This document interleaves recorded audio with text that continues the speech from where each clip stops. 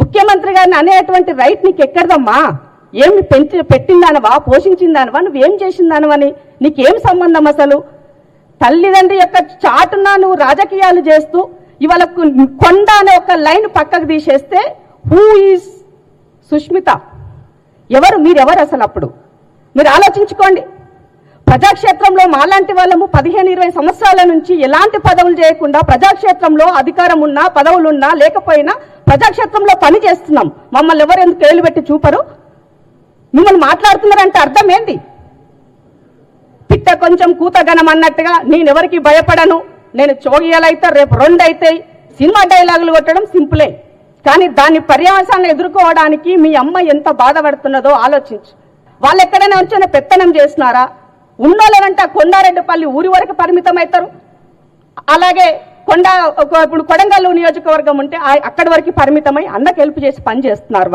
వాళ్ళనెందుకు మారిపోసుకుంటున్నారు పొద్దున్న లేస్తే?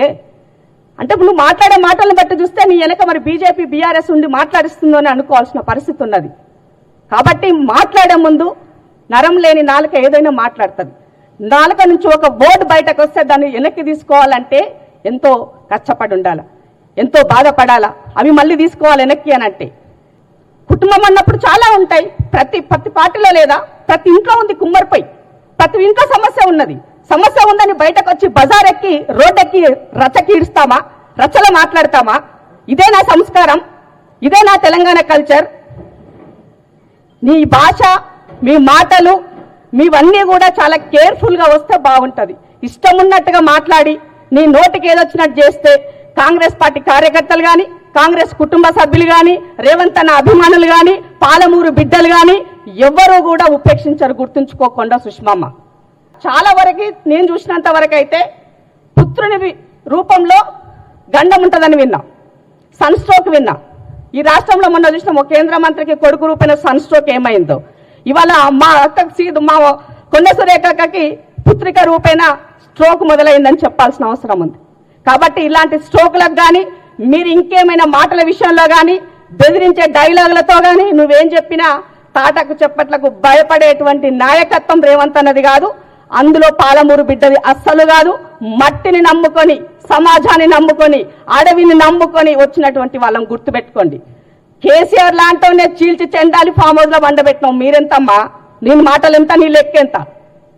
కాబట్టి చాలా కేర్ఫుల్ గా ఉండు అమ్మా. నీవు ఇప్పటికైనా కూడా మాటలు చాలా జాగ్రత్తగా రాని, ఏది పడితే అది మాట్లాడితే మాత్రం ఊరుకొని చెప్తున్నాం. నిజంగా నీ స్థాయికి దిగజారి నేను ప్రెస్ మీట్ పెట్టాలంటే నేనే ఫీల్ అవుతున్నా.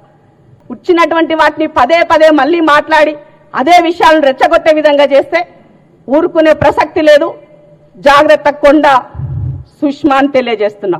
కానీ సురేఖక్క కూతురికి ఈరోజు కాంగ్రెస్ పార్టీలో సభ్యత్వం ఉన్నదా అని నేను అడుగుతున్నా. సురేఖక్క పేరు పెట్టుకొని ఈరోజు మాట్లాడుతున్నటువంటి సుష్మితమ్మ, అసలు నువ్వు ఏడుంటావో తెలియదు. 15 రోజులు ఇండియాలో ఉంటే 15 రోజులు ఫారెన్ లో ఉంటావు.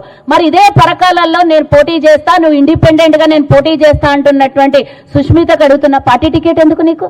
ఇండిపెండెంట్ గా పోటీ చేయి. ఇప్పటి నుంచే పని చేయడం పోయి ఏమైంది? ఇండిపెండెంట్ గా ఎవరైనా పోటీ చేయొచ్చు. పార్టీ టికెట్ ఇవ్వాలనేది ఏమీ లేదు. ఒక ఇంట్లో 3 స్థానాలు 4 స్థానాలు ఎవరికి కూడా దక్కుతాయని ఎక్స్పెక్ట్ చెయ్యొద్దు. ఆ రోజు రేవంత్ అన్న ఇంటికి వచ్చిండు, రేవంత్ అన్న మాట్లాడిపోయిండు అంటే ఆఫ్ కోర్స్ మాట్లాడిండు. ఈరోజు కొండా సురేఖక్క ఒక బీసీ బిడ్డగా క్యాబినెట్ లో ఉంది. ఏమన్నా సమస్యలుంటే ఇంటికి పోయే స్వేచ్ఛ ఉంది. ఇది కేసీఆర్ పరిపాలన కాదు. ఇంటికో లేకపోతే 1 కిలోమీటర్ దూరం గేట్లు వేసేసి ఇంటికి రానియకుండా చేసేటటువంటి వ్యవస్థ ఈరోజు మన ప్రజాపాలనలో లేదు.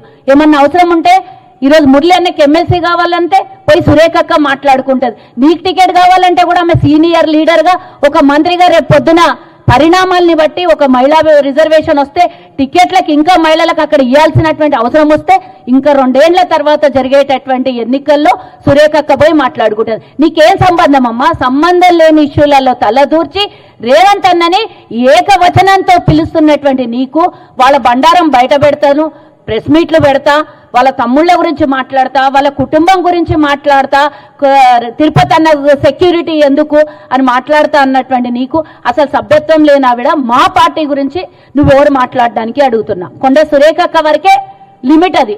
నువ్వు మాట్లాడడానికి నీకు అర్హత లేదు. ఒకవేళ నీకు సభ్యత్వం ఉండి నువ్వు 10 ఏళ్లుగా ఆ పరకాలలో పోయి పార్టీ జెండా వేసుకొని పార్టీ కండువా వేసుకొని పనిచేసింటే గనక నీకు అడిగే హక్కు ఉన్నది. మళ్ళా పోవాలి, మళ్ళా బతిల్లాడుకోవాలి. గారాల పట్టి బిడ్డ, గారాల పట్టి అయినంత మాత్రాన అది ఇంటి వరకు, ఇంటి గడప వరకు లిమిట్ గా ఉండాలి. అక్క మాట కూడా వినకుండా జవదాటిపోతున్నావు అనేది ఒక వినికిడి. మరి ఇంతేందమ్మా, అక్క మంత్రి పదవికే ఎసరు తెచ్చేటట్టున్నావు కదా నువ్వు. ఇంతగానం తీసుకొని వచ్చి ఈ రోజు పనిచేస్తున్నటువంటి వాళ్ళకి మేము రేపు పొద్దున అవతల పార్టీ వాళ్ళు ఏమన్నా అంటే కౌంటర్లు ఇవ్వాల్సినటువంటి మేము ఈరోజు మన పార్టీలో విత్ ఇన్ ద పార్టీలో జరుగుతున్నటువంటి విషయాలకి మేము వచ్చి ఇలా మాట్లాడి నువ్వు అన్న మాటలకి మేము ఎక్స్ప్లెనేషన్ ఇచ్చుకుంటూ ఈరోజు పొద్దున్న లేస్తే మీడియా వాళ్ళతో ఎక్స్ప్లెనేషన్ ఇచ్చుకోవాలి. అవసరమా మనకి ఇది? తండ్రి వయసు ఉన్నటువంటి వ్యక్తిని పట్టుకొని నువ్వు ఏది పడితే అది మాట్లాడేసి అట్లా అవుతుందా? సిట్టింగ్ ఎమ్మెల్యేకి గురించి మాట్లాడదా? కాంగ్రెస్ పార్టీలో ఉండి కాంగ్రెస్ వ్యక్తిని తిడుతున్నావు నువ్వు. మరి వెనకాల నీ బ్యానర్ ఏందమ్మా? కాంగ్రెస్ బ్యానర్ ఎందుకు పెట్టుకున్నావు? ఇండిపెండెంట్ గా పోటీ చేస్తే నేను గెలిచేస్తా, రా రేవంత్ అన్న, నాకే 4 అంతస్తుల బిల్డింగ్ ఉన్నది, ఇక్కడ కూర్చొని నువ్వు కావాలంటే ప్రచారం చేయి, చూద్దాం, నేను నిలబడతా, ఎవరు గెలుస్తారో చూద్దాం, 2 ఏళ్ల ముందు రాజీనామా చెయ్యను. వెనకాల బ్యానర్ ఏమో కాంగ్రెస్, ముందరనేమో రేవంత్ అన్న అని తిడుతున్నావు. ఇదెక్కడ న్యాయమమ్మా? నీకేమన్నా అంత ఇండివిజువల్ గా పనిచేయాలనంటే నువ్వు సొంత బ్యానర్ మీద పనిచేసుకో, కొండ ట్రస్ట్ మీద పనిచేసుకో, లేకపోతే ఇంకేదేమైనా మీద పనిచేసుకో.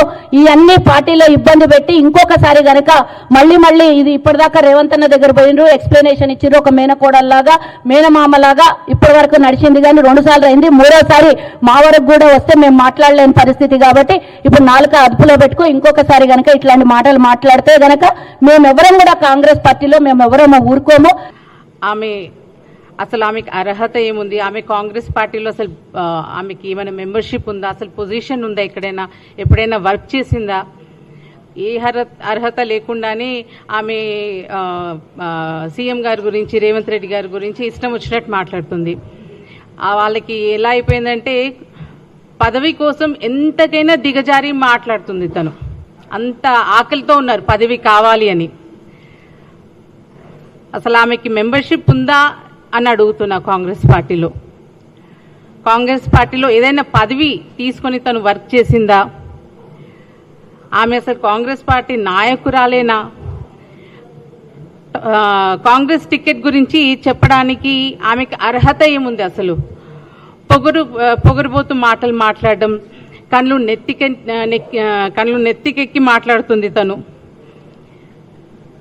అహంకారానికి హద్దు లేకుండా ఇష్టం వచ్చినట్టు మాట్లాడుతుంది ఆవిడ. అసలు నీకు రేవంత్ రెడ్డి గారి గురించి విమర్శించే అర్హత ఉందా? ఎంత ధైర్యం ఉంటే నువ్వు అలా మాట్లాడుతున్నావు? పరకాల నుంచి పోటీ చేస్తానంటున్నావు. నిన్నెవరు వద్దనట్లేదు, ఇండిపెండెంట్గా నువ్వు పోటీ చేసుకో. మా తరఫున ఎవరు రిక్వెస్ట్ చేయట్లేదు, మా పార్టీ నుంచి పోటీ చేయమని ఎవరు రిక్వెస్ట్ చేయట్లేదు. ఇండిపెండెంట్గా చేస్తే చేసుకో.